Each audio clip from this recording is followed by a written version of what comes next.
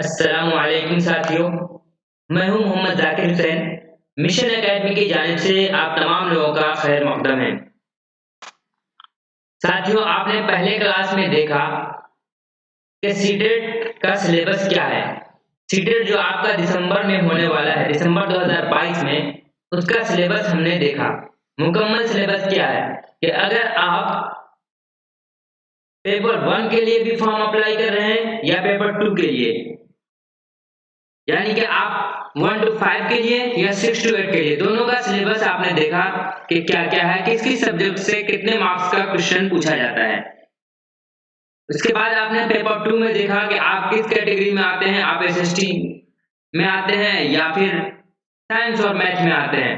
अगर आपने graduation arts से किया है तो आप एसएसटी कैटेगरी में, खाली लैंग्वेज से भी किया हो तो एसएसटी कैटेगरी में आएंगे। उसके बाद अगर आपका ग्रेजुएशन साइंस और मैथ से था या है तो आप साइंस और मैथ कैटेगरी में आएंगे, यानी कि जो एक पेपर होता है 60 मार्क्स का, वो साइंस और मैथ आपको लेना होगा। उसके बाद हमने बात किया था कि लैंग्वेज के बारे में। सीटेट में 2 लैंग्वेज से सवाल आता है, आप अपने चॉइस से किसी भी 2 लैंग्वेज का इंतखाब कर सकते हैं।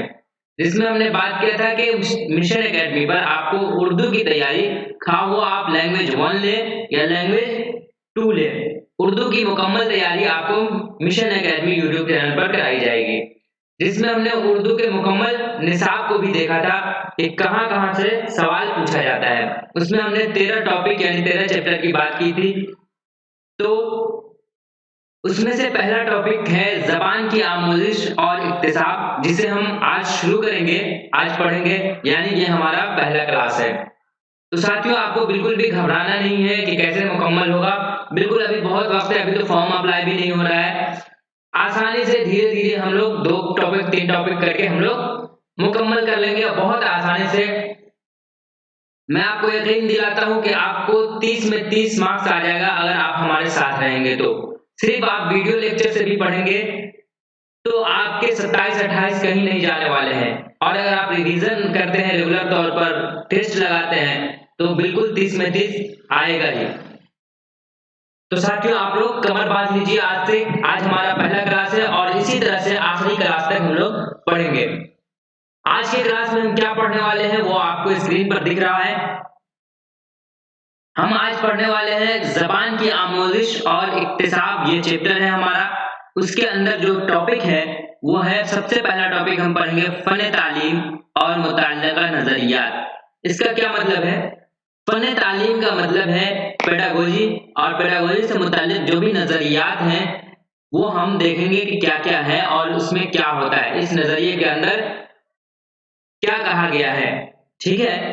तो पहले हम इसको देखेंगे। उसके बाद बहुत ही अहम टॉपिक है ज़बान क्या है? ज़बान क्या है? इसको जानना बहुत ज़रूरी है। फिर हम इसको देखेंगे। उसके बाद हम क्या देखने वाले हैं कि ज़बान की इब्तिदा या इजाद कैसे हुई। ठीक है? तो हम इन तमाम टॉपिक पर आज हम बात करने वाले हैं। आप यकीन मानिए कि आपके जो भी सवाल पूछे जाएंगे, तमाम सवालात आपके मिशन एकेडमी यूट्यूब चैनल पर पढ़ाए गए ही पूछे जाएंगे। तमाम सवालात यहीं से पूछे जाएंगे। यानी जो सिलेबस से आपको मैं पढ़ा रहा हूँ, उस सिलेबस से बाहर बिल्कुल भी नहीं जाएगा। तो चलिए शुरू करते हैं। आपको मालूम है कि ये चैप्टर क्या है? पहला चैप्टर है। ये हमारा पहला चैप्टर है जिसका नाम है ज़बान की आमोज़िश और इक्तिसाब। इक्तिसाब को हुसूल-याबी भी कहते हैं। क्या कहते हैं? इक्तिसाब को हुसूल-याबी भी कहते हैं। ठीक है? तो कहीं पर अगर इक्तिसाब आ जाता है तो आप तो बात समझ जाएंगे, लेकिन हुसूल-याबी आ जाता है तो हो सकता है कंफ्यूजन हो। इसलिए आप सबसे पहले यही क्लियर कर लीजिए कि इक्तिसाब और हुसूल-याबी अलग-अलग नहीं है, एक ही चीज़ है। ठीक है? Learning and acquisition of language. ठीक है? यानी इक्तिसाब और आमोज़िश, यानी आमोज़िश और इक्तिसाब ऑफ लैंग्वेज, यानी ज़बान की आमोज़िश और इक्तिसाब। ठीक है? लर्निंग का मतलब क्या है? आमोज़िश, और एक्विजिशन का मतलब क्या है? इक्तिसाब। ठीक है? चलिए हम आगे बढ़ते हैं। अब देखिए इस चैप्टर में क्या है, सिलेबस क्या-क्या है, यानी इस चैप्टर के अंदर मैंने पहले क्लास में आपको बताया था कि इस कोर्स का सिलेबस क्या क्या है। ठीक है, 9 चैप्टर, उस दिन कितना 9 चैप्टर था और 13 टॉपिक, कुल मिलाकर के 13 टॉपिक है। ठीक है, 9 चैप्टर और 9 चैप्टर में फिर 3 टॉपिक अलग से, 3-4 टॉपिक, कुल मिलाकर 12-13 है। आज हम सिर्फ इसी चैप्टर यानी जबान की आमोजिश और इक्तिसाब, ये जो हमारा पहला चैप्टर है, उसके अंदर क्या क्या टॉपिक हमें पढ़ना है वो लिस्ट यहाँ है। ठीक है, तो मैं आपको बता दूं कि सबसे पहले आपको पढ़ना है फन तालीम और मुतल्लिका नजरियात, जो आपने शुरू में देख लिया है, आप समझ गए हैं। फन तालीम क्या है वो आपको बताया जाएगा, उससे मुताल्लिक जो नजरियात हैं लोगों के वो बताया जाएगा। उसके बाद दूसरे नंबर पे आता है जबान क्या है, बहुत ही अहम टॉपिक है, इसको समझना है। जबान की इब्तिदा या इजाद कैसे हुई, इसके बारे में हम लोग सिर्फ सुनेंगे, देखेंगे कि कैसे हुई, समझेंगे इसको। ठीक है, उसके बाद है बोली और जबान। बोली किसे कहते हैं, जबान किसे कहते हैं, इन दोनों में फर्क क्या है उसको हम लोग देखेंगे। मादरी जबान किसे कहते हैं ये भी हम समझेंगे। उसके बाद मादरी जबान के बाद एक जबान है मेयारी जबान, स्टैंडर्ड लैंग्वेज, उसको हम लोग समझेंगे। उसके बाद जबान और कवायद, ये क्या है, यानी दर्स व तदरीस में इसका क्या किरदार है, क्या रोल है, उसको हम समझेंगे। जबान की आमोजिश और इक्तिसाब, वीवीआई टॉपिक है ये, क्या है, वीवीआई टॉपिक है, बहुत ही अहम टॉपिक है ये। उसके बाद जबान की हुसूलियाबी और जबान की आमोजिश में फर्क, देखिए यहीं पर आ गया, इक्तिसाब और हुसूलियाबी एक ही है, यानी जबान की हुसूलियाबी और जबान की आमोजिश में फर्क देखेंगे। पहले तो हम देखेंगे जबान की आमोजिश यानी लर्निंग और इक्तिसाब एक्विजिशन, ये है क्या, इसकी डिफिनेशन देखेंगे, उसके बाद दोनों का फर्क देखेंगे। ठीक है, बात समझिए। उसके बाद क्या था, जबान की आमोजिश के बारे में अहम पहलू, जबान की आमोजिश के बारे में अहम पहलू क्या क्या हैं वो देखेंगे। जबान की आमोजिश और हुसूलियाबी से मुतालिक मुख्तलिफ नजरियात हैं, उन तमाम नजरियात पर हम एक एक करके बात करेंगे। उसमें किस किस का नजरिया है, तो पावले का नजरिया है, ठीक है, स्किनर का नजरिया है, नोम चॉम्स्की का नजरिया है, पियाजे का नजरिया, वाइगोत्स्की का नजरिया है, बेंडूरा का समाजी आमोजिश का नजरिया है। इन तमाम नजरियात को हम लोग एक एक करके देखेंगे और हर टॉपिक को बहुत आसान तरीके से क्लियर करते हुए चलेंगे। पहली जबान की तहसील के मराहिल, यानी जब बच्चा पहली जबान सीखता है वो कौन सी जबान है और क्या क्या परेशानियां आती है उनको, क्या क्या मरहला होता है, उन तमाम निकात पर हम लोग बात करेंगे।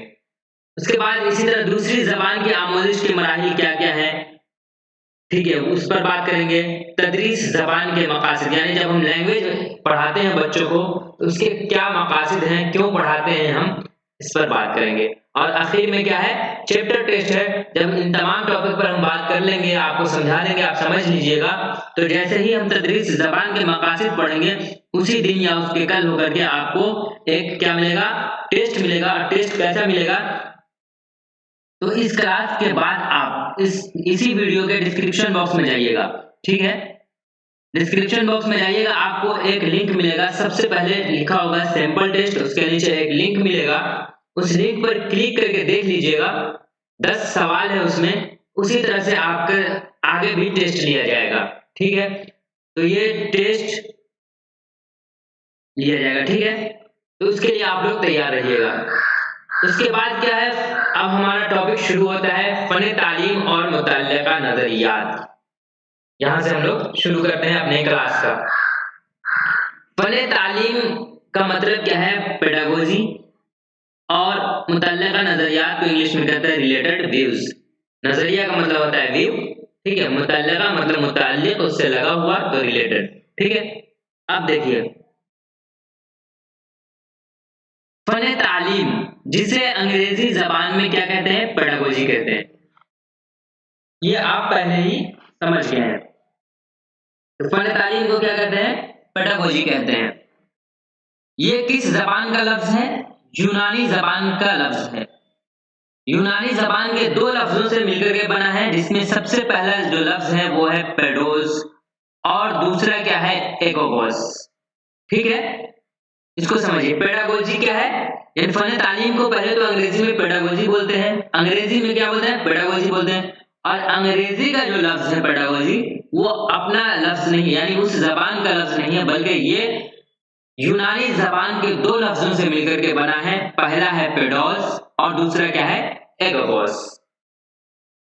पेडोस का मतलब होता है बच्चा और एगोगोस का मतलब होता है रहनुमा।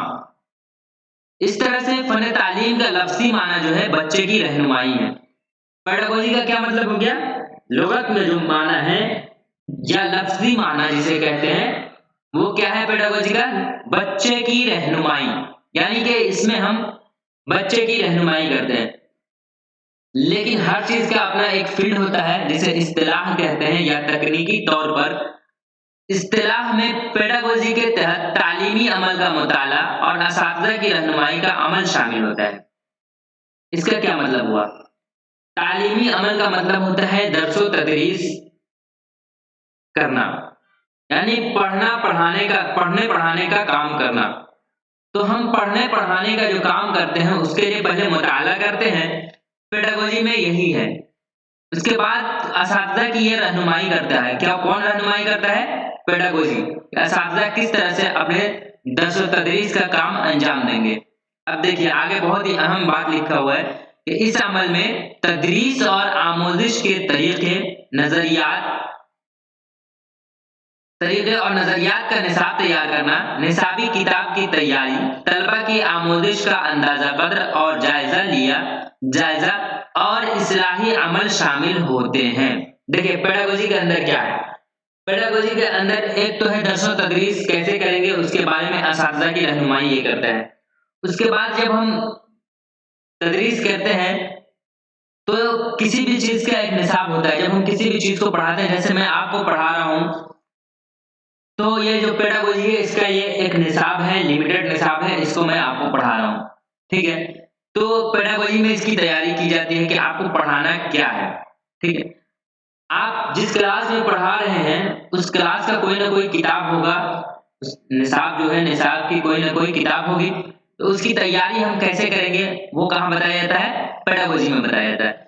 तलबा की आमोजिश का अंदाजा कद्र, इसका ये मतलब है, आमोजिश का मतलब होता है लर्निंग और अंदाजा कद्र का मतलब होता है एग्जामिनेशन इवेल्युएशन।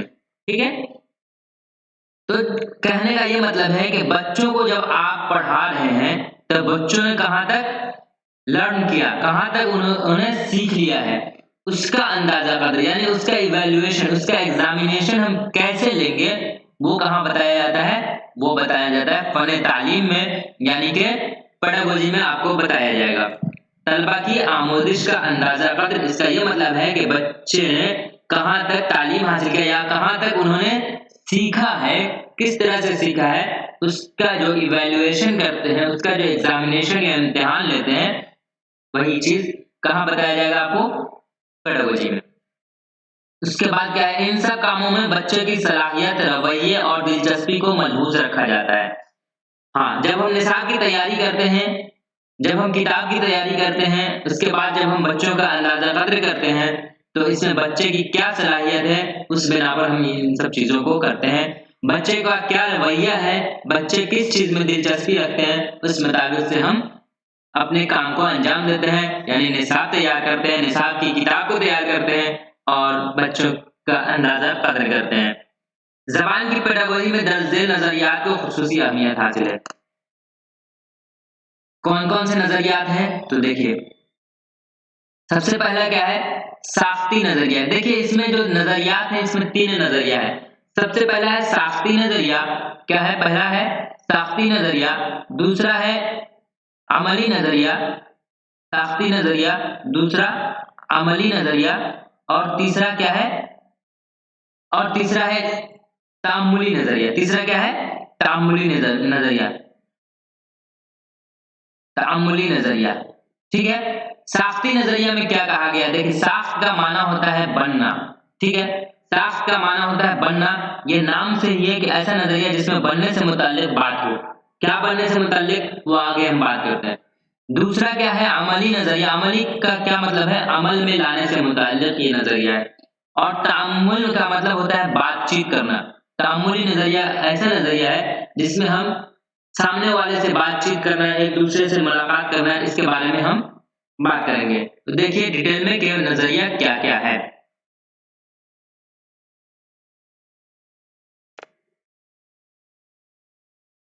देखिए सबसे पहले हम बात करते हैं साख्ती नजरिया का।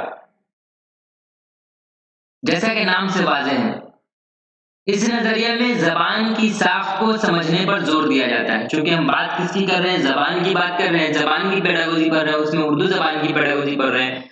तो इसमें क्या है, साख्ती नजरिया में जबान की साख्त यानी जबान कैसे बनी, इसके बारे में हम बात करते हैं।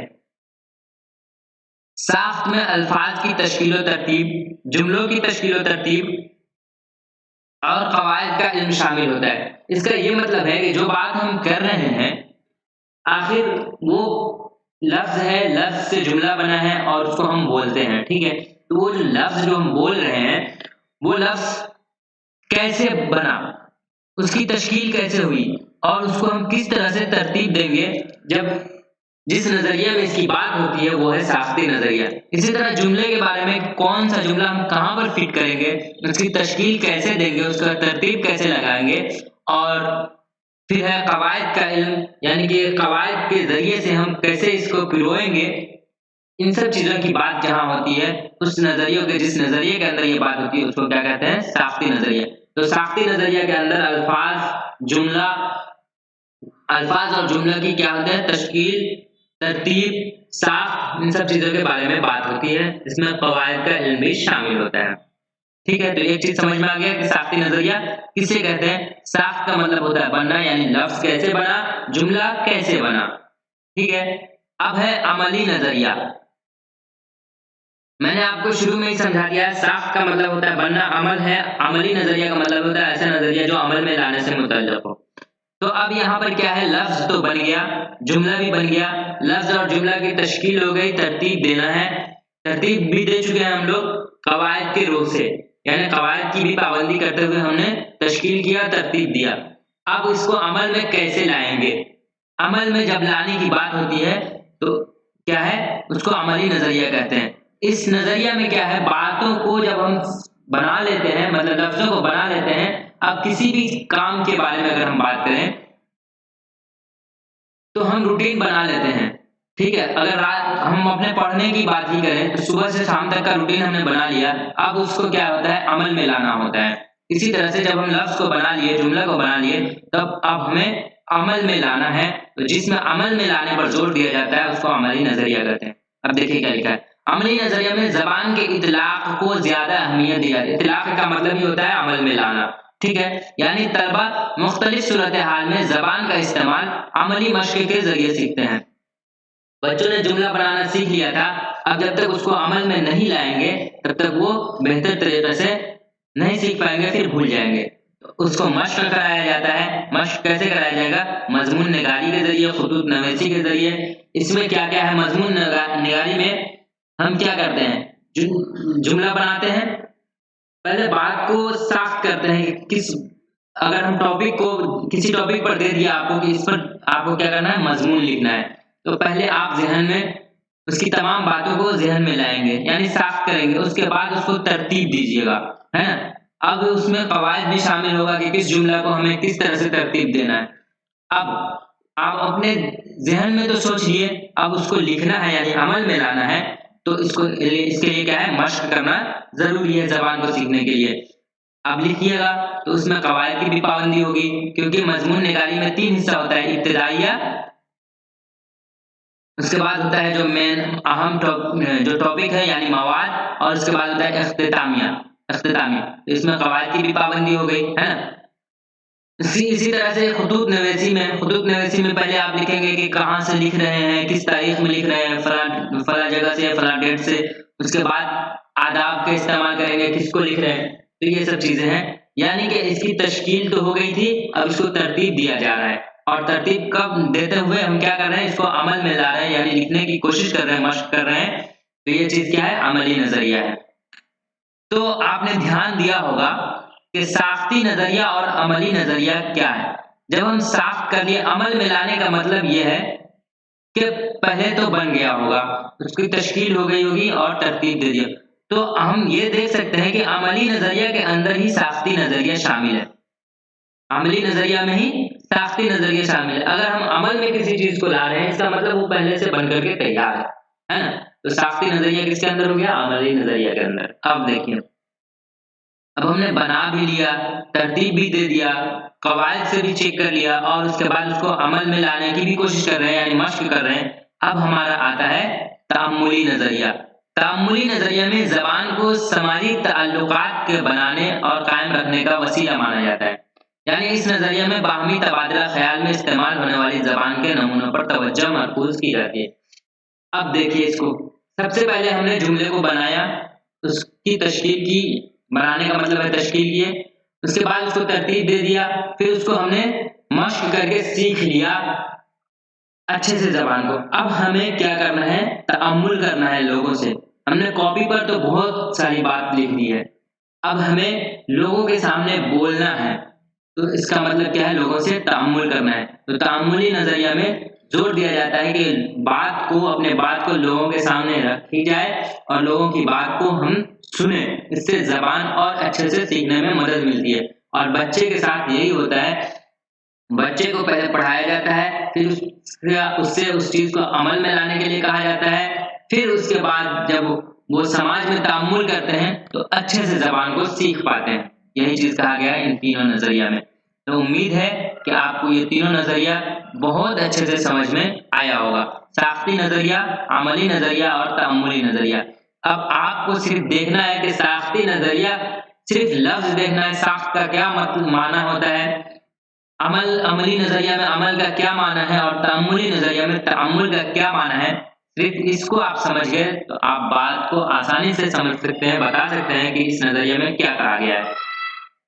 अगर फिर भी आपका कोई सवाल है, कुछ समझ में नहीं आया है, तो आप हमें फौरन लिख भेजिए, ताकि मैं आपके सवाल का अगले क्लास में या फिर कमेंट बॉक्स में ही आपके सवाल का जवाब दे दूं। ठीक है?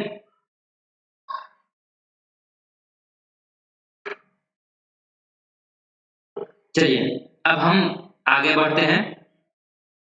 आगे हमारा क्या है टॉपिक? जबान क्या है? जबान क्या है? मैं जिस वक्त से आपका क्लास ले रहा हूं, उस वक्त से मैं आपसे तामुल कर रहा हूं, बात कर रहा हूं, गुफ्तगू कर रहा हूं।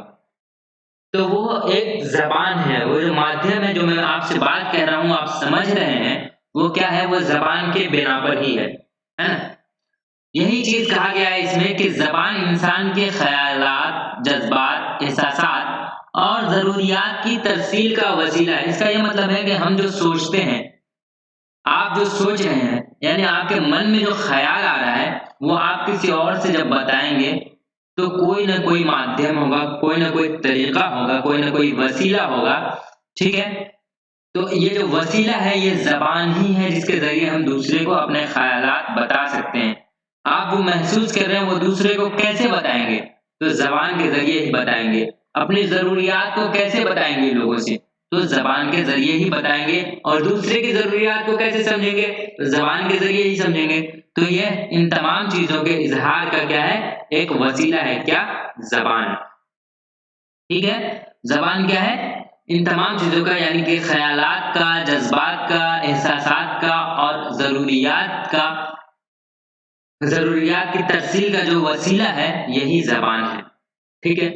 जबान क्या है? समाजी तामुलात का नतीजा है। देखिए, एक था वसीला और एक है नतीजा, दोनों में फर्क है। ठीक है? सोशल इंटरेक्शन क्या होता है? सोशल इंटरेक्शन का मतलब है कि लोगों से मिलना, बातें करना, अपनी बात कहना, दूसरों की बात सुनना, समझना, यह है सोशल इंटरेक्शन, समाजी तामुलात। जब हम लोगों के बीच में जाते हैं तो कुछ ना कुछ बातें होती हैं, और शुरू जमाने में भी ऐसे ही हुआ होगा कि लोग आपस में किसी न किसी तरीके से बात कर रहे होंगे।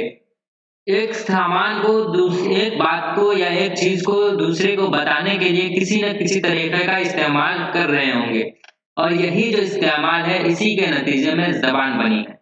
ठीक है?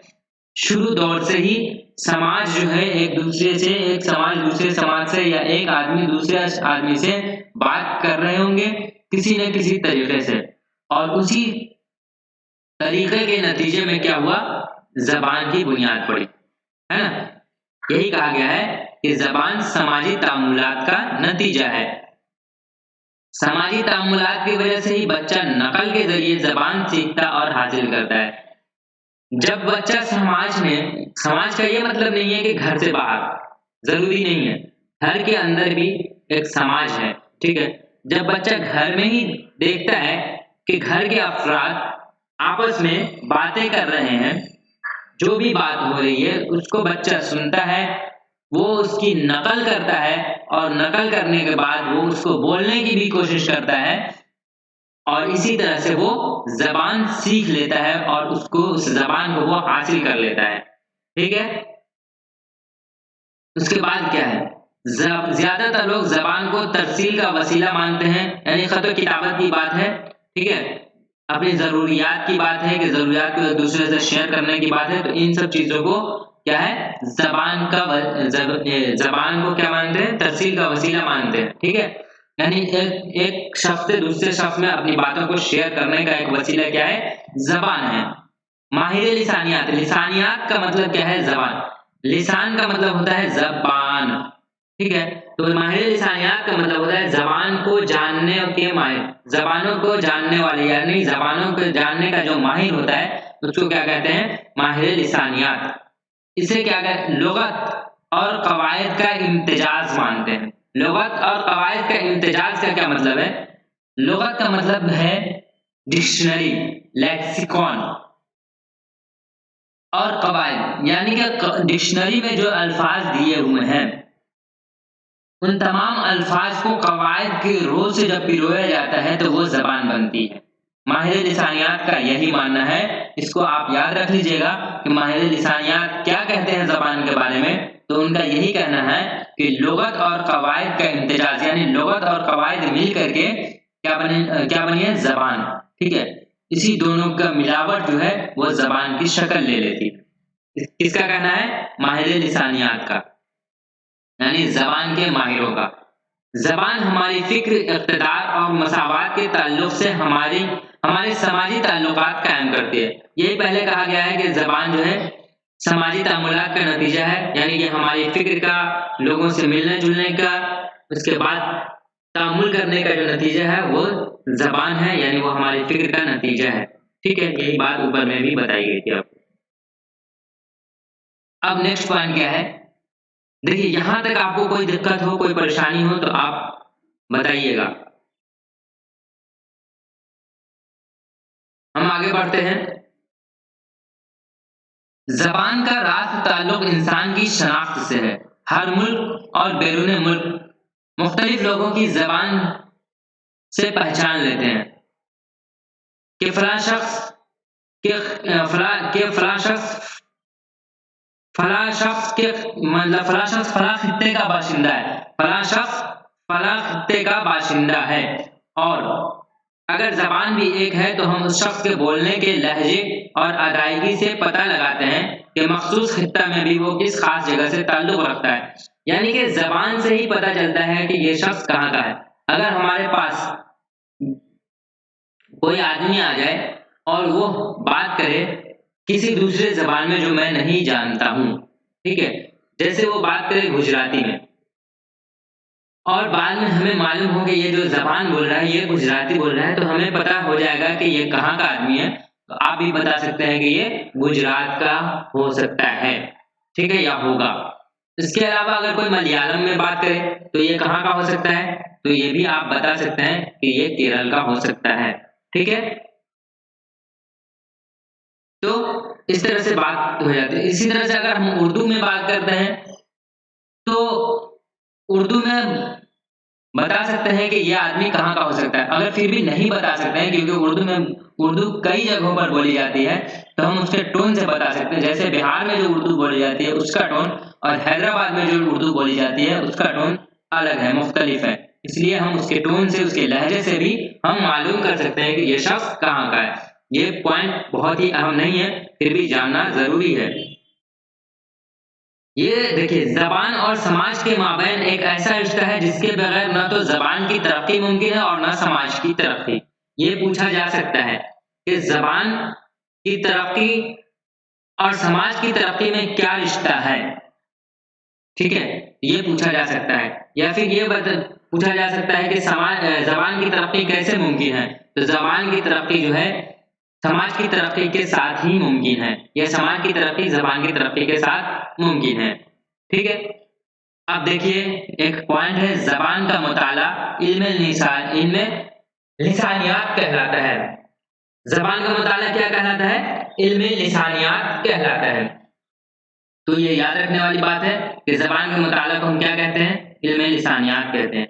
तो बताइए, यहां तक कोई परेशानी, कोई दिक्कत हो? सबसे पहले हमने क्या पढ़ा? फन तालीम किसे कहते हैं, और उससे मुतालिक जो नजरियात हैं, 3 नजरिया, उसको हमने देखा। उसके बाद हमने देखा कि जबान क्या है।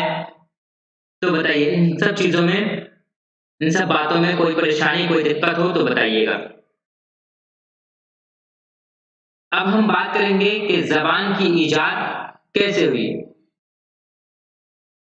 जबान की इजाद कैसे हुई? तो देखिए, इसके बारे में क्या कहा गया है कि जबान की इजाद का कोई सबूत नहीं है। फिर भी लोग कहते हैं कि पहले जमाने में जो लोग रहे होंगे या जो लोग थे, वो एक दूसरे से इंटरेक्शन करते थे, एक दूसरे से बातें करते थे। वो बहुत से अलामात को रखते थे और उन अलामात को दिखा करके वो बात करते थे कि हम ये कहना चाहते हैं, ठीक है।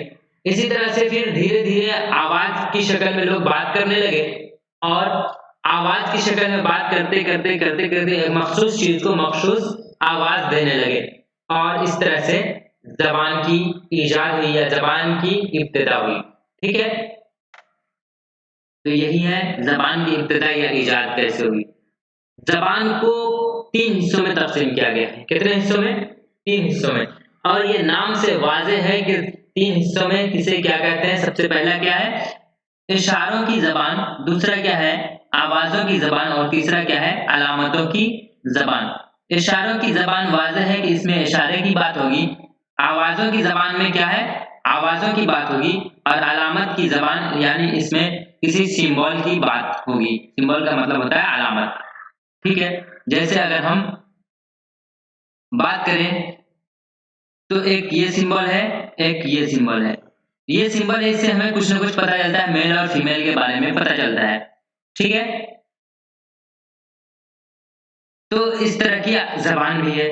खैर, हम पढ़ते हैं आगे कि किस जबान में क्या कहा गया है। इशारों की जबान किसे कहते हैं? इशारा का मतलब यह है कि हम जब बात कर रहे होते हैं तो बहुत वक्त ऐसा होता है जब हम आवाज नहीं निकालते हैं, सिर्फ और सिर्फ अपने आजा का इस्तेमाल करते हैं। सिर्फ और सिर्फ अपने आजा का इस्तेमाल करते हैं। आजा का मतलब यह है कि जिस्म के हिस्से का, हाथ, पैर, नाक, कान या किसी दूसरे आजा का हम इस्तेमाल करके अपनी बात को जाहिर करते हैं, तो उसे ही कहते हैं हम इशारों की जबान। देखिए इसमें क्या लिखा है, जब हम हाथ, पांव, सर या आंख और चेहरे के तअस्सुरात का इस्तेमाल करके अपने ख्यालात और जज्बात दूसरों तक पहुंचाते हैं, तो ये इशारात की जबान या इशारों की जबान कहलाती है। यही बात मैंने आपको समझाई कि इशारे का इस्तेमाल जब हम करके बात करते हैं तो वो क्या है? इशारों की जबान है। अब देखिए, ज़ू लिसानी और कसीर लिसानी। देखिए, सबसे पहले ज़ू लिसानी और कसीर लिसानी माहौल में इशारात की जबान अहम रोल अदा करती है। ज़ू लिसानी क्या होता है, कसीर लिसानी क्या होता है? एक होता है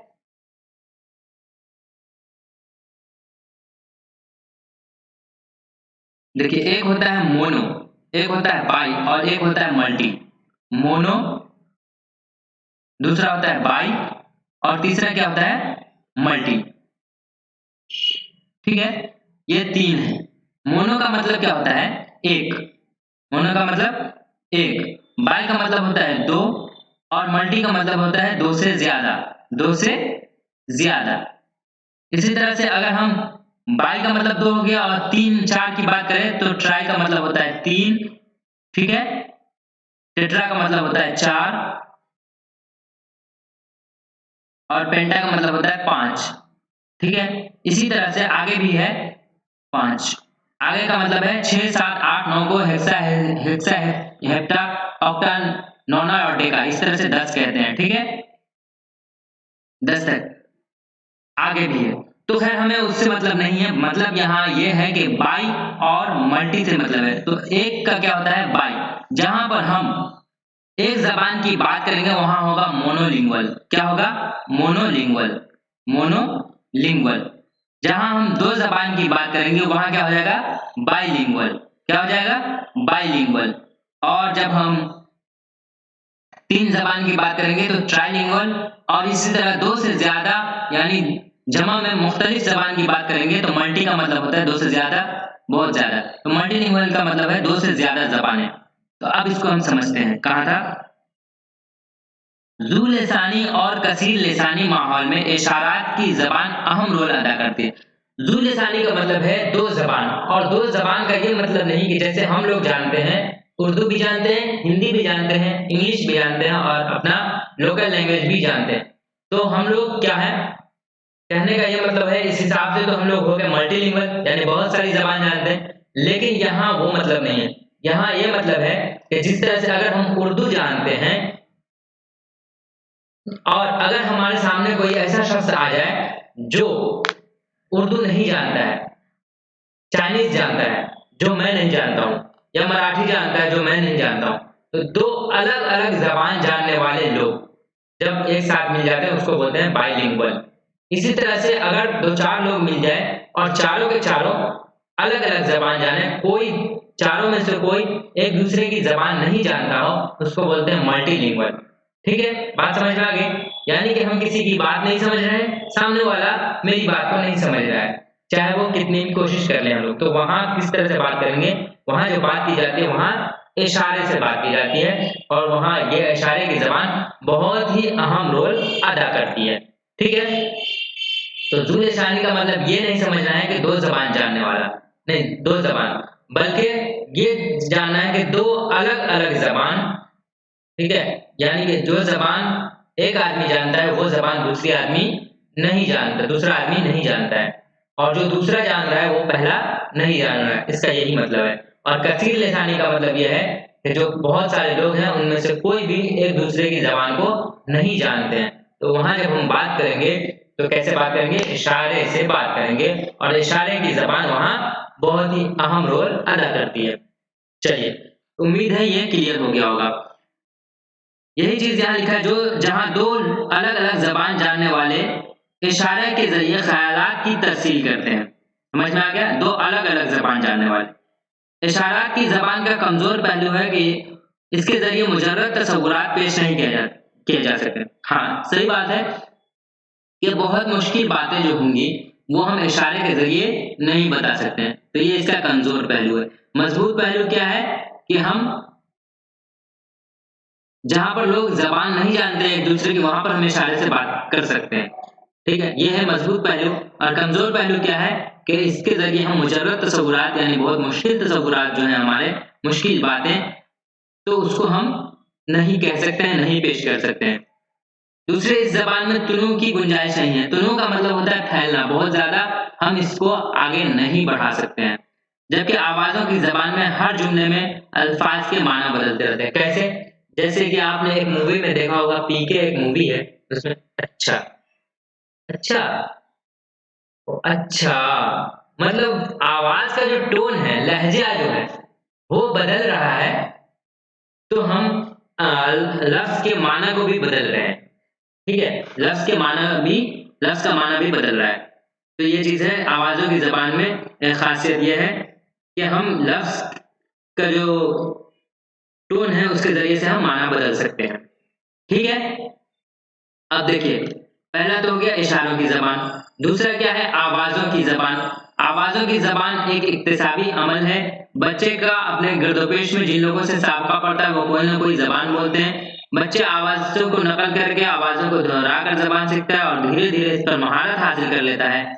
3-4 साल का बच्चा अपनी जबान के बुनियादी उसूलों से वाकिफियत रखता है। आवाजों की जबान में बस यही है कि हम जो बात कर रहे हैं आपसे आवाज के जरिए, या आवाजों की जबान इसी को कहते हैं। बच्चा भी जब जबान सीखता है तो वो आवाज से ही सीखता है। इसमें एक अहम पॉइंट यही है कि बच्चा जब आवाज जबान सीखता है, बच्चा क्या जबान सीखता है, वो कैसे सीखता है, आवाज के जरिए ही सीखता है। समाजी तामुलात जब करता है तो बच्चे एक दूसरे को देखते हैं और उसकी आवाजों को सुनते हैं, उसको दोहराते हैं, उसको दोहराने की कोशिश करते हैं और फिर यानी उसको नकल करने की कोशिश करते हैं और जबान सीखते हैं। तो जबान, आवाजों की जबान का एक ये भी अहम पॉइंट है। ठीक है, अलामतों की जबान। अलामतों की जबान क्या है?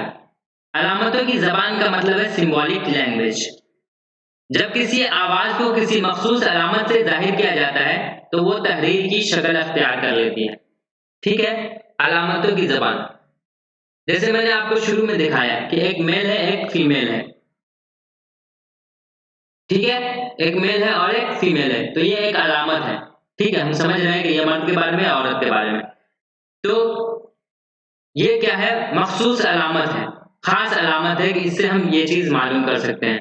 ठीक है, तो क्या करते हैं, ये तहरीर की शक्ल में होती है, तहरीर की शक्ल में होती है। ये उस वक्त तक बेजान है जब तक हमारी नजर इस पर नहीं पड़ती है या जब तक हम इसके बारे में बात नहीं करते हैं, यह अलामत बिल्कुल बेजान है।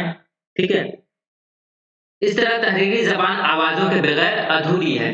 जब तक हम इसको देखते नहीं है, बोलते नहीं है इसके बारे में कि ये क्या है, तो ये एक सिंबल ही है, ये कुछ नहीं है। ये जबान उस वक्त होगी जब हम इसके बारे में बात करेंगे या इसके बारे में बोलेंगे कि ये इस सिंबल में ये कहा गया है, तब ये जबान की शक्ल लेगी। वरना ये क्या है, क्या है, बेजान चीज है, इसमें कोई जान नहीं है। जान नहीं होने का मतलब इसकी कोई वैल्यू नहीं है। तो बताइए आज की क्लास में आपको कुछ समझ में आया या नहीं आया? अगर जो समझ में नहीं आया है तो वो आप लिख दीजिए, और अगर समझ में आया तो वो भी लिख दीजिए कि हाँ क्लास बहुत बेहतर था। इसी तरह से चले। तो आज हमने क्या क्या देखा, क्या क्या पढ़ा? फन तालीम के बारे में पढ़ा। अभी रिवीजन कर लेते हैं। पहले फन तालीम क्या है, यह है पेडागोजी है। सबसे पहले ये क्या है, पेडागोजी है। ये दो लफ्जों से मिलकर बना है, पेडोज और एगागोज। पेडागोजी, ये पेडोज और एगोगोस दो लफ्जों से मिलकर के बना है ना। पेडोज का मतलब होता है बच्चा, और इसका मतलब क्या है, रहनुमा। यानी बच्चे की रहनुमाई के बारे में हम किसकी बात करते हैं, पेडागोजी में बात करते हैं। ठीक है, फन तालीम में बात करते हैं। लेकिन इस्तिलाह में जब हम पेडागोजी की बात करते हैं तो उसमें मुअल्लिम के दर्स तदरीस के बारे में, यानी मुअल्लिम का ये रहनुमाई करता है कौन, पेडागोजी। इसमें निसाब के बारे में बताया गया है कि निसाब कैसे तैयार कर सकते हैं, निसाब की जो किताबें हैं उसको हम कैसे तैयार करेंगे, बच्चों का अंदाजा कद्र कैसे करेंगे कि बच्चों ने आमोजिश कहाँ तक किया, यानी बच्चों ने कहाँ तक सीखा, उसका अंदाजा कद्र कैसे करेंगे, ये सब चीज हमने देखा। उसके बाद 3 नजरिया हमने देखा।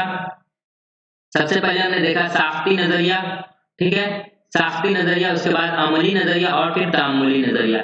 ठीक है, साख्ती नजरिया में हम देखे कि किस तरह से लफ्ज को हम बनाते हैं, उसकी तरतीब कैसे देते हैं, जुमलों को कैसे बनाते हैं, उसकी तरतीब कैसे देते हैं, और कवायद का इल्म था उसमें। फिर अमली नजरिया में जो हमने बनाया और तरतीब दिया उसको कैसे अमल में लाएंगे, उसकी बात हम देखते हैं अमली नजरिया में। फिर हमने देखा कि तामुल, जब हम अमल में ले आए, जब हमने सीख लिया तो उसको हम प्रैक्टिकली कैसे देखेंगे, कैसे इस्तेमाल में लाएंगे, तो वो हमने देखा तामुली नजरिया के बारे में। तो तामुली नजरिया में क्या कहा गया है, प्रैक्टिकल करने पर जोर दिया गया है, लोगों से बातें करने में, तामुल करने में, यानी जबान सीखने के लिए लोगों से तामुल करना जरूरी है। अमली नजरिया में जबान सीखने के लिए उसको अमल में लाना जरूरी है, और साख्ती नजरिया में जबान सीखने के लिए कैसे जबान का जो लफ्ज है, जुमला है, वो कैसे बना, उसकी तरतीब कैसे होगी, वो जानना जरूरी है। वो कहाँ बताया जाता है, साख्ती नजरिया में। तो हमने क्या क्या देखा, फन तालीम मुतल्लिका नजरियात। उसके बाद जबान हमने क्या देखा, जबान में हम देखा कि ये इंसान के ख्यालात का, एहसासात का, ठीक है, उनके जज्बात को इजहार करने का एक तरीका है। ठीक है, एक वसीला है। ठीक है, और ये जो जबान बनी है वो लोगों के सोशल इंटरेक्शन का नतीजा है, ये हमने देखा। उसके बाद हमने देखा जबान की इब्तिदा या ईजाद कैसे हुई। तो जबान की इब्तिदा ईजाद कैसे हुई, पहले जमाने में लोग एक दूसरे से इंटरेक्ट तो कर रहे थे, लेकिन किसी सिंबल के जरिए, किसी इशारे के जरिए, मुख्तलिफ तरीकों से इस्तेमाल कर रहे थे। लेकिन फिर बाद में उन्होंने अपने आवाज का इस्तेमाल किया, मखसूस चीजों के लिए मखसूस आवाज का इस्तेमाल किया, और बाद में फिर ये जबान की शक्ल ले ली। ठीक है, तो ये हमने देखा। तो आज की क्लास में इतना ही, और आखिर में एक ऐलान है जो आप देख लीजिए। अपनी अच्छी और बेहतरीन तैयारी के लिए आज ही राब्ता करें। आपको पहले क्लास में भी बता दिया गया था, आपने क्लास देखा होगा, उसमें आवाज कम थी, थोड़ा सा प्रॉब्लम था, लेकिन आपको बताया गया था कि हमारे यहाँ 2 ग्रुप है, एक फ्री ग्रुप है, एक फ्री व्हाट्सएप ग्रुप है और एक पेड ग्रुप है। आप जिसमें चाहे शामिल हो जाए, लेकिन जरूर शामिल हो जाए। फ्री ग्रुप में आपको तमाम क्लास मिल जाएंगी, इसके बाद आपके जो भी प्रॉब्लम है वो भी मिल जाएगा, पेड में भी ये दोनों मिल जाएगा। लेकिन पेड की खुसूसियत यह है कि आपको क्लास नोट्स अलग से मिल जाएगा, क्लास नोट्स। ठीक है, इसके अलावा जो आप टेस्ट देंगे वो टेस्ट टॉपिक के बाद भी, और मॉक टेस्ट भी आपको मिलेगा। तो आप इन सब चीजों के लिए आप जरूर इस नंबर पर राब्ता करके आप पेड ग्रुप में जुड़ जाइए। इसका फी तो वैसे 600 रखा गया था, लेकिन फिलहाल 399 में लिया जा रहा है, और ये सिर्फ 200 स्टूडेंट के लिए, फर्स्ट 200 स्टूडेंट के लिए। तो आप जरूर शामिल हो जाइए ताकि आपका पूरा फायदा हो सके, मुकम्मल आप इसका फायदा उठा सके शुरू से ही।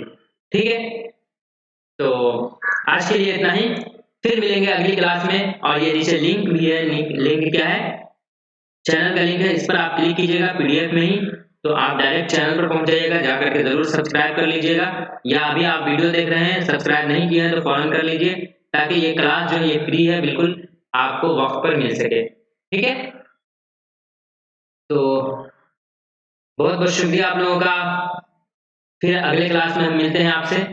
आज के लिए इतना ही, अल्लाह हाफिज।